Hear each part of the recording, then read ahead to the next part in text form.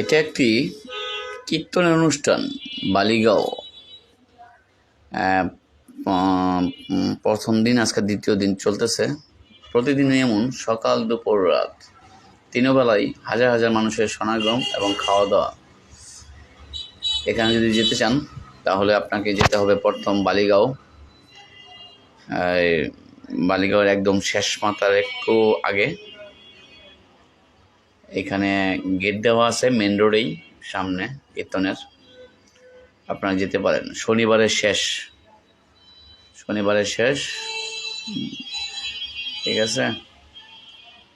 এক নাম, এটার নাম হচ্ছে আমাদের ধর্ম হিসেবে এক নাম।